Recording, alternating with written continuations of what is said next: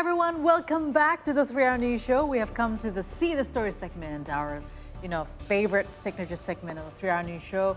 Actually, we want to talk about some sad news. You probably heard of it. Last July, there was a baby tiger, there was a tiger that was domesticated by an Indonesian influencer and had died. Have you heard of it? Yes, I heard it in social media. It was quite sad. It was quite sad. Saddening news indeed. Yes, so let's see the details now. So on July 24, a Bengal tiger cub named Sonora that was born in captivity at Al-Shad Ahmad's housing complex had died. The cub was said to have died because it did not get proper colostrum, which Ahmad had decided to replace it with a substitute. This is not the first instance. 7 other tiger cubs had died in the same captivity, even though he admitted to owning a license for the animals. The incidents drew backlash from public, with many arguing that tigers belong in the wild.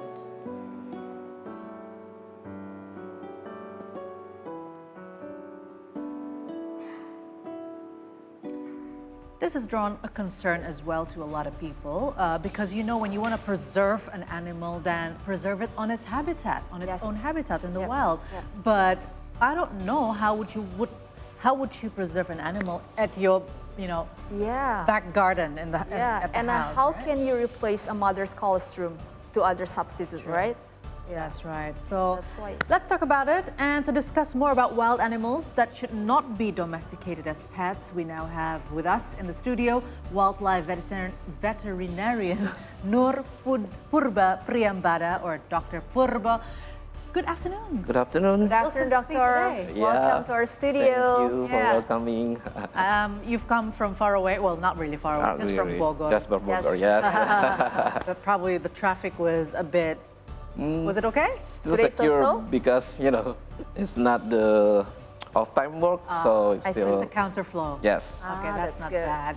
Okay, so starting from the news, the tiger that passed away, and a lot of conversations have been going on social media, right?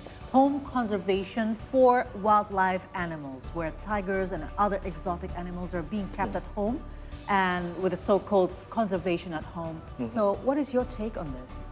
Okay, first, taking a wildlife in a cage in your house is not a conservation, it's against the animal welfare. And then, of course, there's a tendency it's an animal use, and they belong to the wild, in the nature, in their habitat. So whenever we try to move them to other place, there's tendencies of violating animal welfare.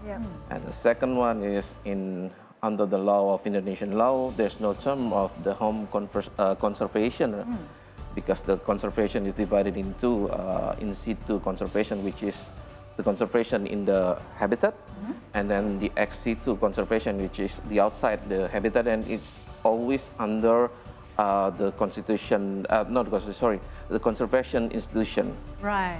Such as like zoo or safari park for the general practice, and then the specific one like in the wildlife rescue center, wildlife rehabilitation center, and so on. And the third, this kind of activity, the so-called home conservation, and then they try to monetize. It's another concern for us because it's also problematic. There's a study that run by Social Media Animal Cruelty Coalition. It said like every social media content that involved with a wildlife as pet and animal as entertainer is categorized as animal cruelty. And then to see how they doing the samples of the videos, there are like 5,000 of videos about animal cruelty. And then around 1,600 is from Indonesia. Wow. But also a little bit surprising because when we see the video, sometimes we think like there's nothing wrong with that. But they make a disclosure that probably this kind of animal cruelty is not obvious, sometimes ambiguous, and also depends on whether it's intentional or not. So, but first of all, how did these people get the animal? Yes. Okay, It's illegal, right, Doc? Yeah. most of the time it's illegal because especially for the endangered wildlife, it's protected under the law. But some of them has a reason and said like this was coming from like illegal breeding. Yeah. But it's another problem also to really know whether it's illegal or legal because it needs things to check again. It's pretty vague.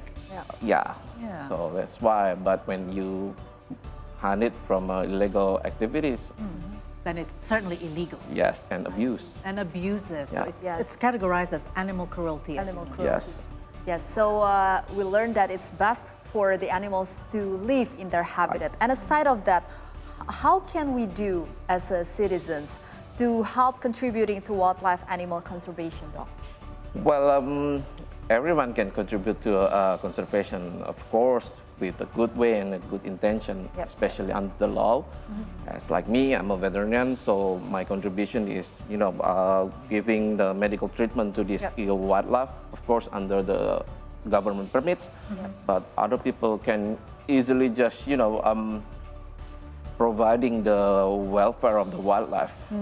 The 5 animal freedom, freedom from hunger and thirst, freedom from distress, freedom from discomfort, freedom from fear, freedom for feeling pain, illness, and disease, and the last one, freedom from to express their natural behavior. Wow, So, as a simple, you can just let them live free in the wild. Yeah, It's yeah. enough.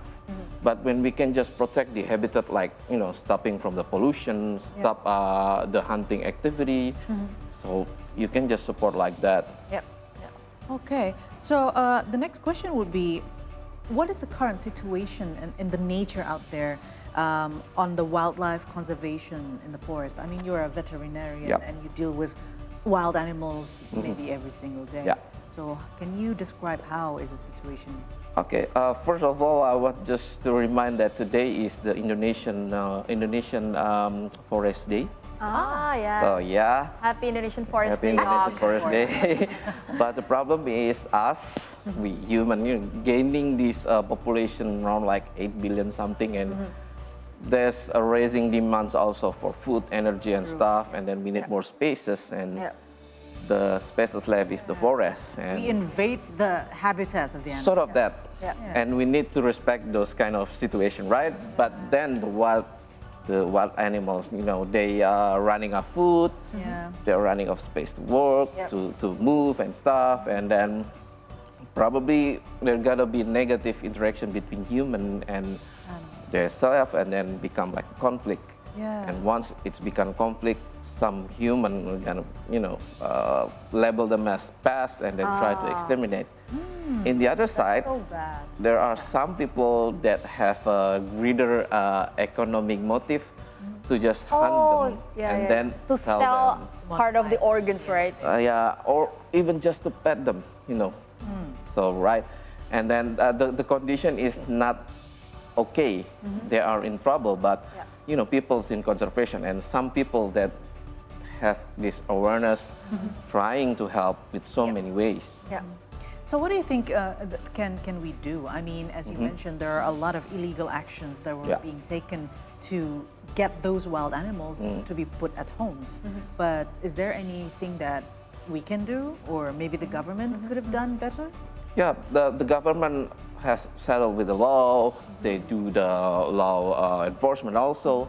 But we as a civil, maybe we can just trying to be like a watchdog, trying to report when we see something else, something different like that. Well, I mean, on social media, we've seen Yeah. people having contents with wild animals Yes. Right. at Yes. home. Sometimes they wash them Right. and then feed them. They What should pat we them, take a picture with them. Yeah.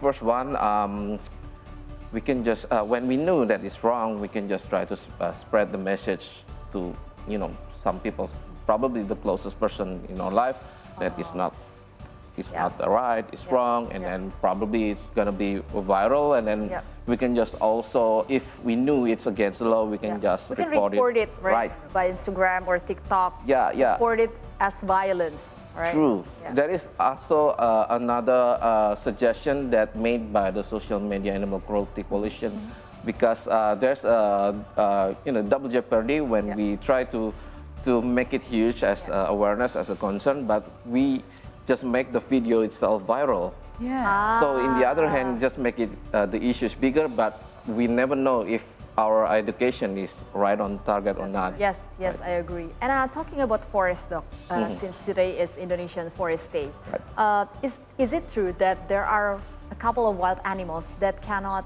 survive in the forest and can be moved into home conservation in certain conditions, like in special conditions? Okay. Some people that have this kind of reason probably don't really know how the condition, how the real fact is, because it's just same like this is my perspective of a veterinarian. When you got diarrhea, then you choose a cough syrup as a medication. It's Wrong. Yeah. Oh, no. we need to know how's the problem. When we see the problem is probably the quality and the quantity of the forest of the home, their wildlife home is in trouble. So maybe we have to do the reforestation, and then when we know that there is an illegal hunting activity, so maybe we need to do the wildlife patrol, or maybe report, or maybe sharing awareness. Just to eliminate how the economical motive can become a reason for people to hunt, just like that. So some people don't really know when an animal categorized as, let's say, endangered or almost extinct, it's just number, but we need to see that it's not just number, it's a number in the habitat. So by bringing them into your home and then there's no left, it's decreasing, It and makes then the species extinct. it's At the end of the extinct. day. Yeah. And then even though there's no animal left and just only in the captivity, it's declared extinct. Yep.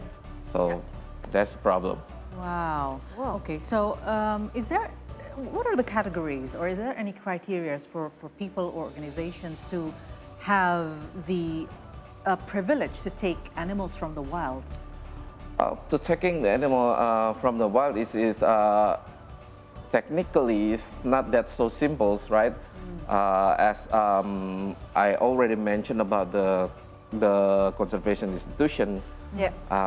Most of them is not from directly, let's say like a zoo or safari park. They had these animals from the breeding, from the zoo breeding actually, and then other like rescue center and stuff. They help these animals that ridden from the illegal wildlife trade, or maybe natural disaster or something like that. But there's also people who allow to petting this non-endangered wildlife, and they got it from the legal breeding. Oh, okay. So from the legal breeding, it's not just you take and then sell, but you have to breed them until the second generation. So and then you can bring them back to the So habitat. return it to the habitat. 10% return to the habitat, and then the rest you can sell it to people who want to do the Oh, so there's hobby as certain pet. Okay, okay, okay. There's, So it's like but the practice, I don't know. It is a lot of Practice, things. it's do they hold on to the promise or not? It's We don't pretty know. complex. Yes. Or we never know whether it's really from a legal conservation breeding or not. Yep.